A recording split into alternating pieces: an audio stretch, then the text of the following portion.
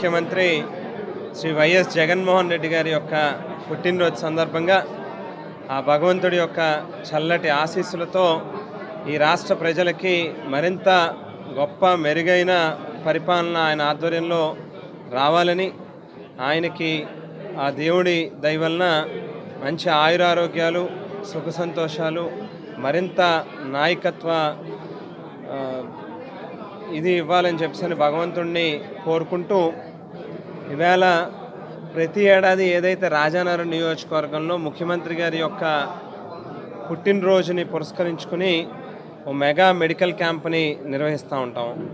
మరి ఏడాది తమ్ముడు జక్కంపూడి గణేష్ ఆధ్వర్యంలో ఆదికవి నన్నయ్య విశ్వవిద్యాలయంలో మెగా జాబ్ మేళాని కండక్ట్ చేయడం జరుగుతూ ఉంది.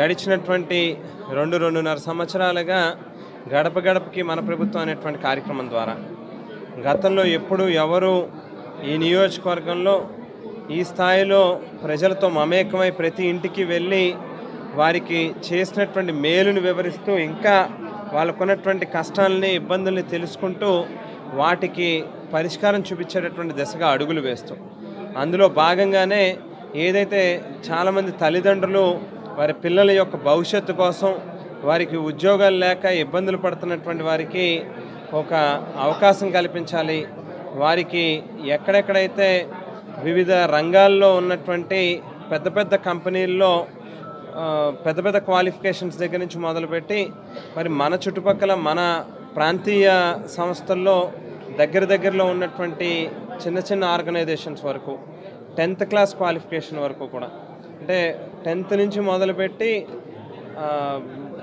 హై క్వాలిఫికేషన్స్ ఉన్నటువంటి వాళ్ళ వరకు కూడా ఏవేవైతే ఆపర్చునిటీస్ ఉన్నాయో వాళ్ళందరికీ కూడా ఇవాళ ఒక వేదికని క్రియేట్ చేస్తూ ఇవాళ ఇక్కడ ఒక జాబ్ మేళాని కండక్ట్ చేయడం జరిగింది.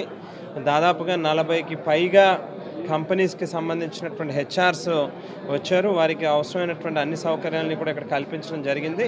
అలాగే అన్ని గ్రామాల నుంచి కూడా పెద్ద ఎత్తున నిరుద్యోగ యువత కూడా ఇవాళ ఈ యొక్క అవకాశాన్ని సద్వినియోగం చేసుకోవడం కోసం కూడా ఇక్కడ రావడం జరిగింది. వారికి కూడా అన్ని సౌకర్యాలు, ఇక్కడ అవసరమైనటువంటి అన్ని వస్తువుల్ని కూడా కల్పించడం జరిగింది.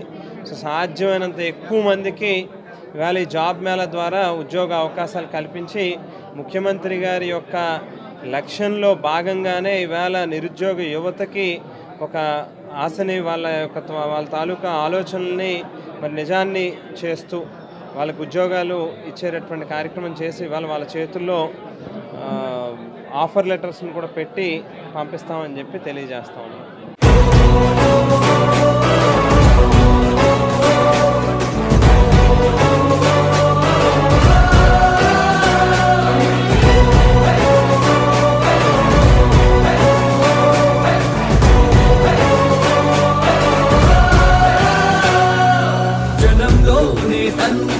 తన జనం కోసం బతికెరా, అభివృద్ధి సంక్షేమం 2 కళ్ళుగా భావించెను కదరా. ఆపదంటే అండకుంటే ఆప్తమిత్రుడు